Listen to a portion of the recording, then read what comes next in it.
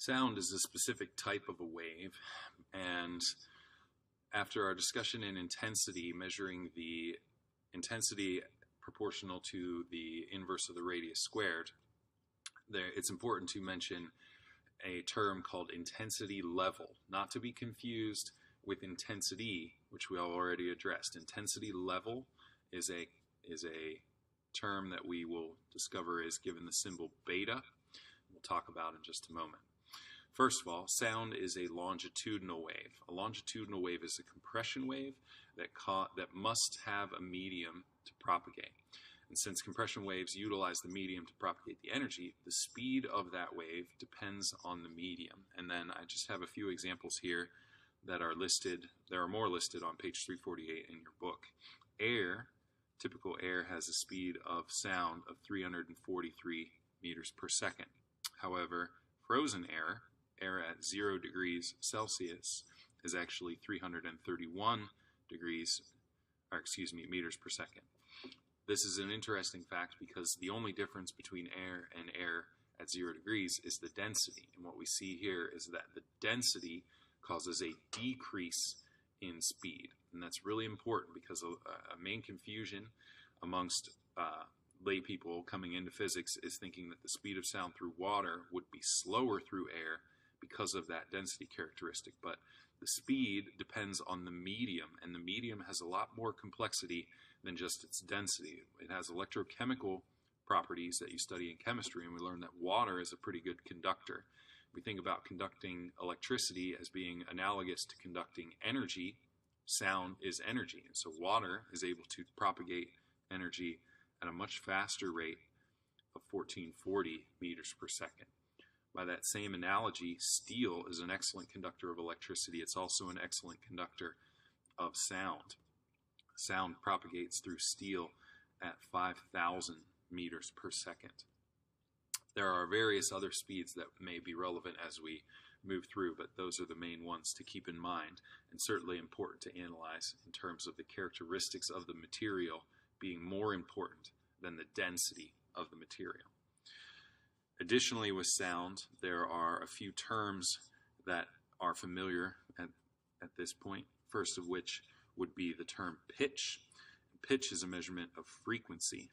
We've discussed frequency in a previous video. However, there are a few characteristics of sound frequency or pitch that would be useful for you to be aware of. First is what's known as the human audible range. This would be pitches of frequency 20 hertz ranging to 20,000 hertz. And you've experienced this if you've ever had a hearing test. The low rumbles are somewhere down in in the double-digit range, and the high pitch tones that you hear in the headphones are around 20,000 hertz. This particular range is limited by our anatomy. There are small bones inside our ears that only allow us to hear this particular range. So there are obviously much more frequencies besides those two. And so they are given the terms ultrasonic, which would be values greater than 20,000 hertz, and infrasonic, which would be frequencies less than 20 hertz.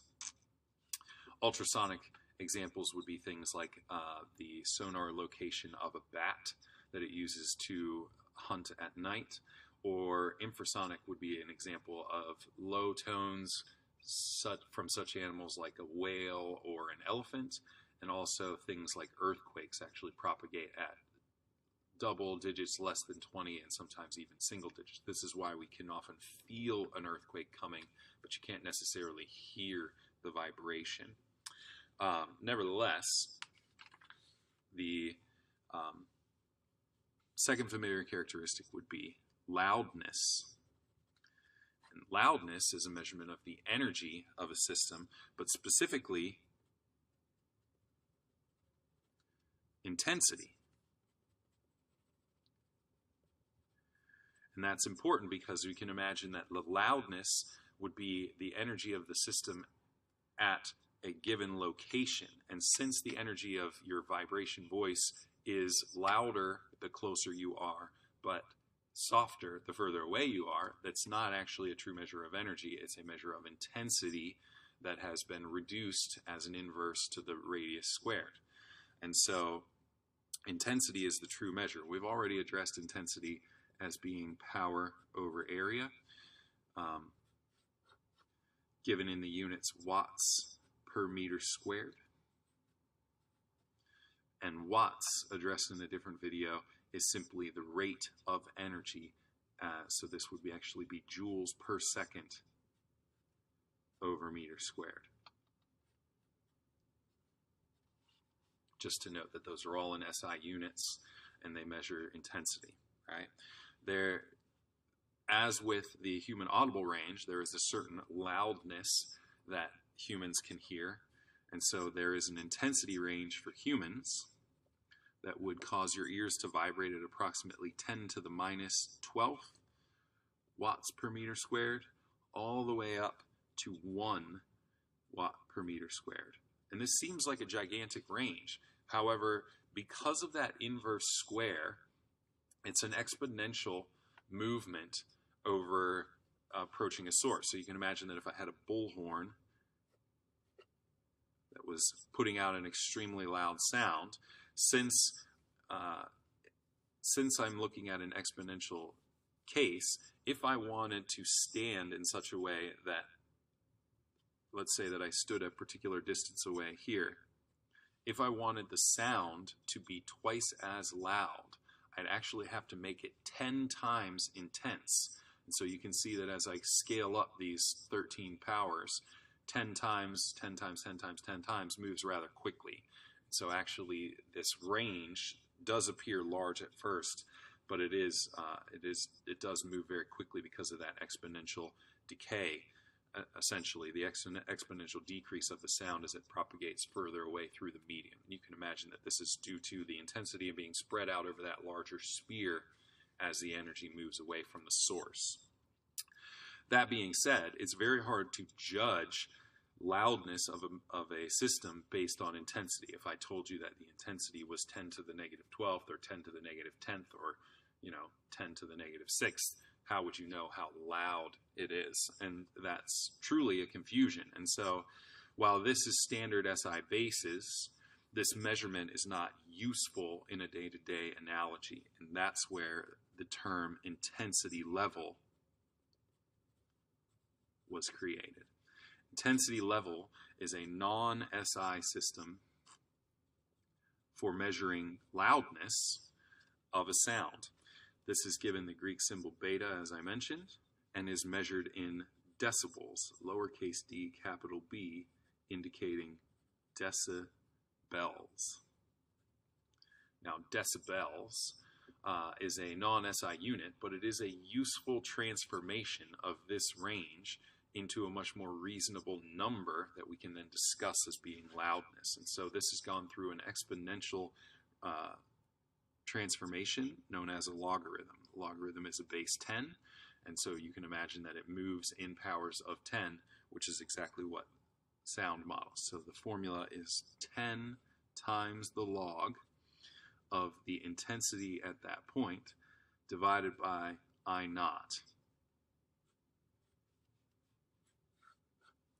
In this case, I naught is known as the threshold of hearing, which would be the lowest possible value of the human range, right? And so this is a ratio scaling the intensity based on our ability to just barely hear it all the way up to the loudest possible. And so I naught is the low range of 10 to the negative 12th watts per meter squared. This transformation, you'll find, puts beta in a range that goes from approximately 0, 10, all the way up to 140. And so typical range, right, is approximately, under normal intensities based on this, ranges from about 0 to 5 all the way up to 140 decibels. So you can imagine that this would be the lowest possible sound that you could ever hear. This would be the loudest possible sound that you would ever hear that could cause damage to your ears.